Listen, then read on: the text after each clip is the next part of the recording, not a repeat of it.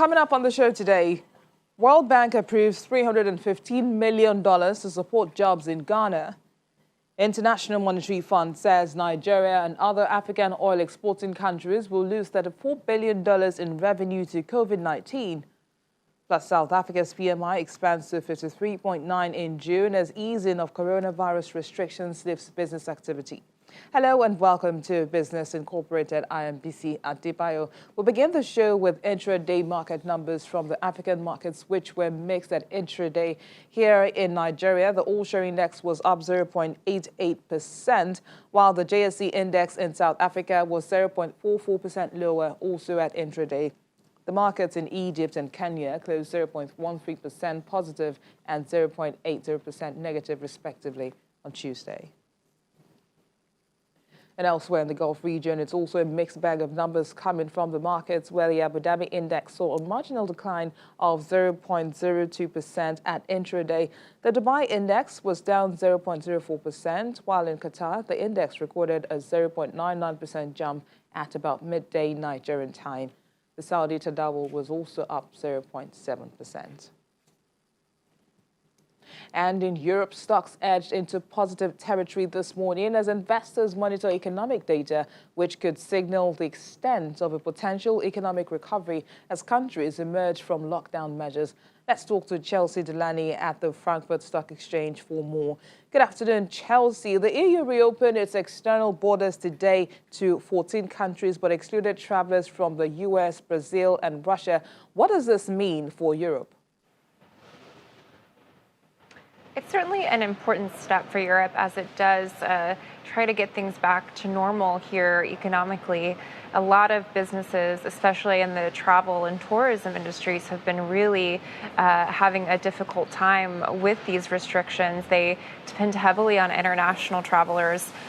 So the fact that the European Union is starting to let more travelers in is obviously a good thing for these businesses, but it is a little bit of a disappointment for many because the United States is a huge source of revenue for a lot of these businesses and the tourism industry. About 15 million Americans visit Europe every year. So the fact that they aren't being allowed in this first wave is really a blow to a lot of these companies, especially as we now enter the crucial summer holiday period, where most businesses in the tourism industry receive the majority of their revenue in these summer months. So that is obviously a blow. We also, at this point, aren't quite sure what's going to be happening with the entry of Chinese residents. They've been included on the list of countries that the EU says can enter now, but only if Beijing reciprocates and lets EU citizens into China. So we haven't had much of a clarity on whether China is going to allow that, which could be a problem for these businesses here in Europe because millions of Chinese visitors come to the EU every year. That's crucial not just for tourism, but also for retail. Many Chinese visitors spend a lot at luxury stores and things like that. So it is a big day for Europe, but there's definitely a little bit of disappointment that this isn't a bigger, larger scale allowance of travel. Talking about disappointments now, Chelsea, aviation giant Airbus is cutting 15,000 jobs as demand for its planes remains low despite a pickup in travel. Where will those job cuts take place? The biggest place where this company is going to be cutting jobs is really in Germany. It's based in France, but they do employ a lot of people here in Germany. And they're going to be cutting about 5,100 jobs in Germany, about 5,000 in France, and some jobs also in the UK and Spain. So we've already heard from several politicians today from various countries who are quite upset about these job cuts. Obviously, it's a really delicate time for economies.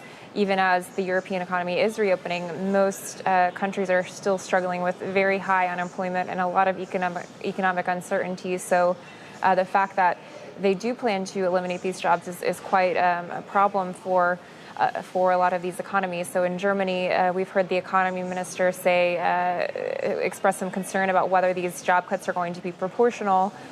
In Spain, the government has said they want to work with them so that they don't actually see all of these job cuts. So there's been a bit of a pushback to the plans to cut jobs at Airbus, just because it is coming at a really fragile time for the European economy. And one piece of good news, Chelsea, French car sales edged higher in June after coronavirus lockdowns brought the industry to a halt. Tell us, what's the outlook for the rest of Europe? This data is a bit shocking because all of the data we've gotten and for previous months and also for other countries within the EU has just pointed to really severe continued declines in auto sales.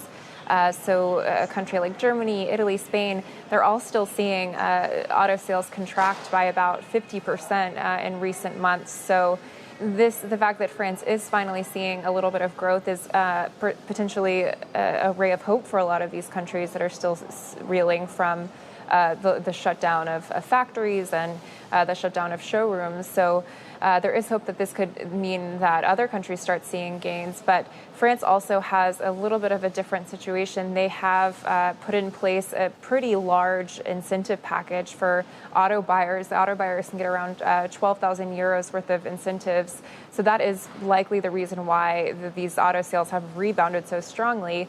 Here in Germany, there is also an incentive, but it's much narrower. It's only for electric vehicles.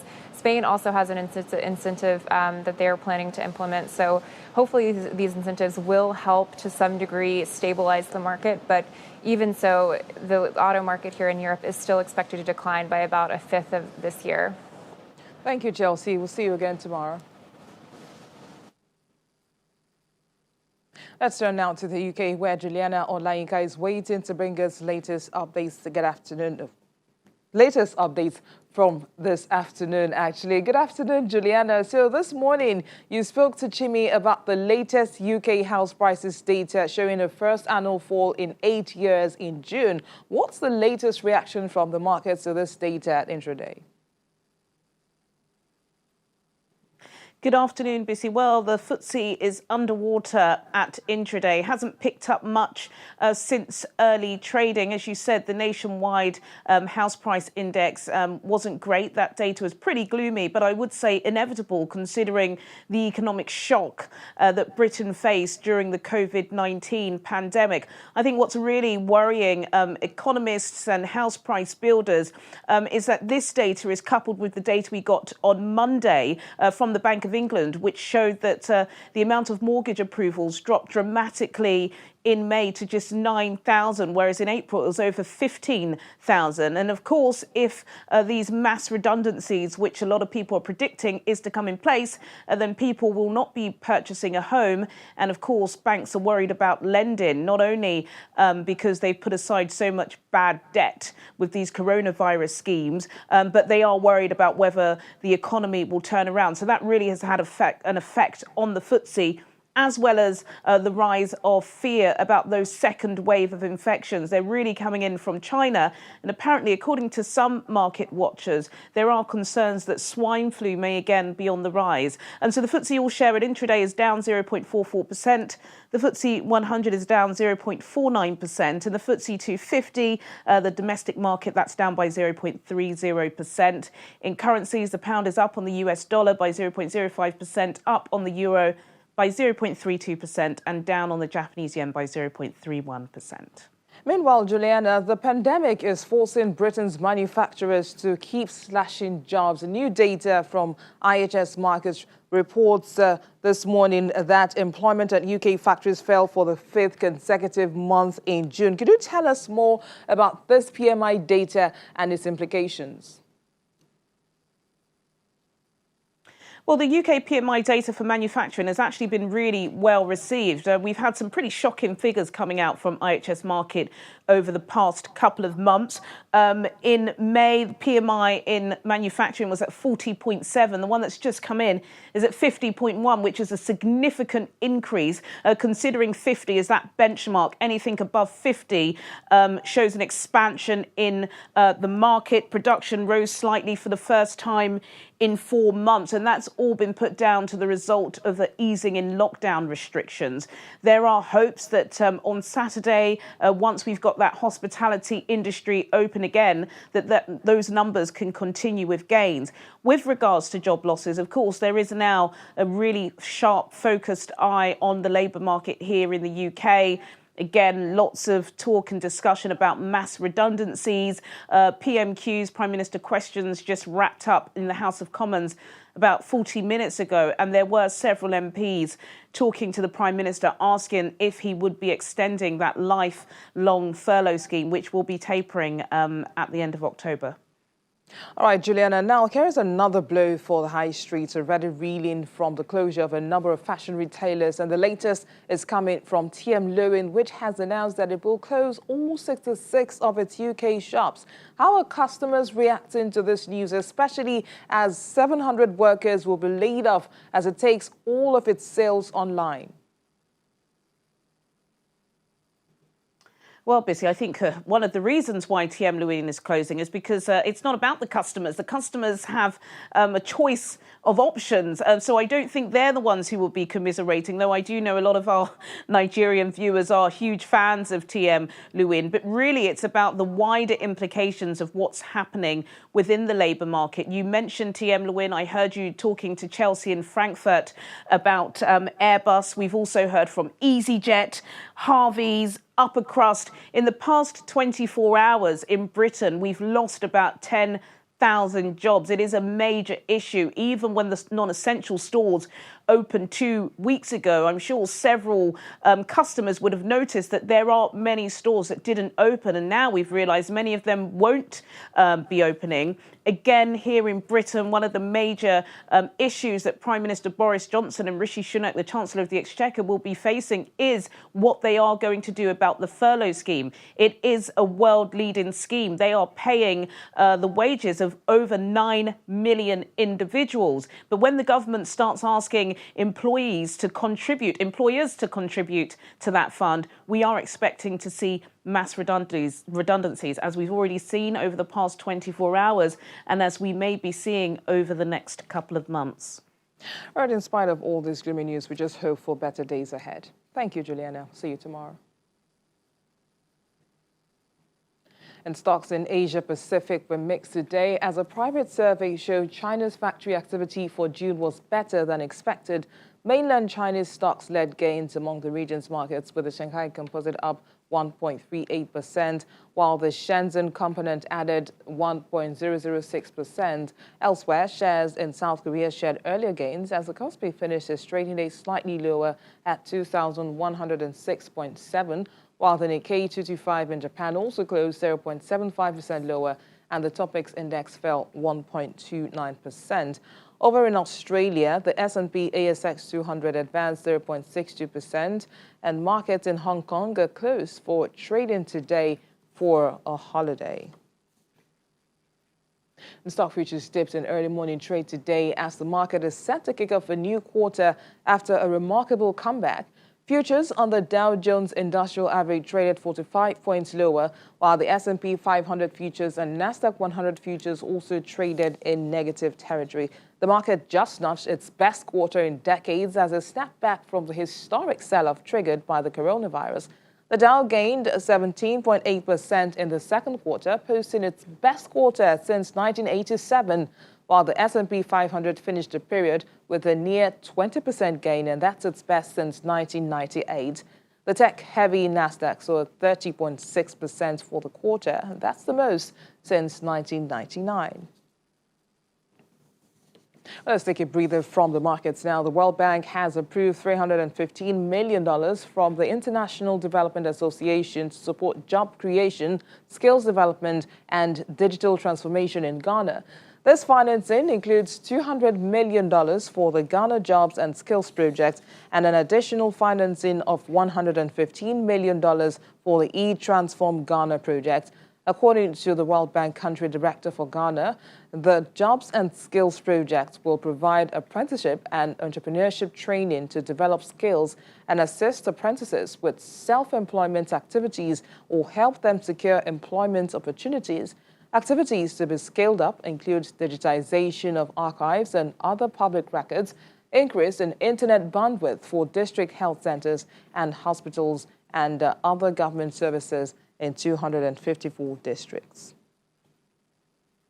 When we return in just a moment, we'll head down to South Africa, where the latest PMI data shows an expansion in June. Do stay with us.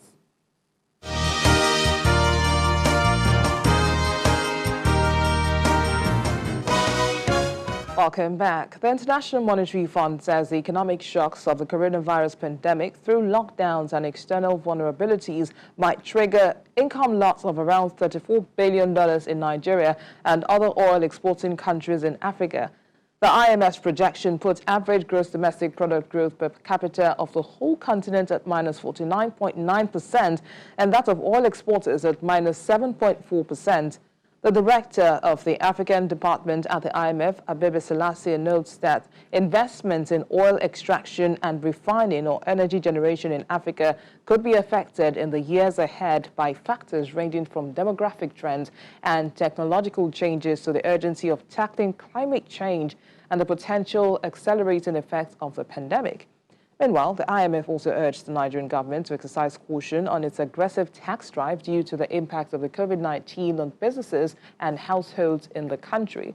Mr. Selassie stressed the importance of having very nimble policy response to ensure that the hit to the economy is not compounded by policy challenges. And in South Africa, the easing of coronavirus restrictions lifted business activity and sales as the ABSA Purchasing Managers Index expanded to 53.9 points in June from 50.2 in May. Despite the uptick, many respondents reported that production levels remain below normal capacity. Analysts say continued restrictions in some non-manufacturing sectors of the economy, like the hospitality industry, still weighed on demand and limited the need to ramp up production. South Africa imposed a strict lockdown in late March to curb the spread of the coronavirus, but has since eased some of the restrictions. Meantime, the improvement in the ABSA PMI comes a day after data showed first quarter gross domestic product contracted again, with a slowdown stretching back to the mid-2019 before the coronavirus struck. Statistics South Africa released the Q1 GDP data showing the country fell deeper into the recession as GDP growth was recorded at minus 2%, and that marks the third quarter of decline in succession. But let's get more on the situation in South Africa from an economic and political analyst, Sepo Kugadima. Good afternoon, Mr. Kugadima. Thanks for joining us on the program. Well, it's some good news after all coming from South Africa, of course, with the PMI data showing an expansion in June due to the lifting of coronavirus restrictions. But how much of an impact will this have? Well, greetings to you and to the viewers of Channels TV. Well, the PMI, the ABSA PMI index, as released today, is a welcome improvement that we so much need. It's the good news that we need into this economy, which we know that in the first quarter pre-COVID-19 lockdowns, effectively, we were dealing with an economy that was already in pre-recession.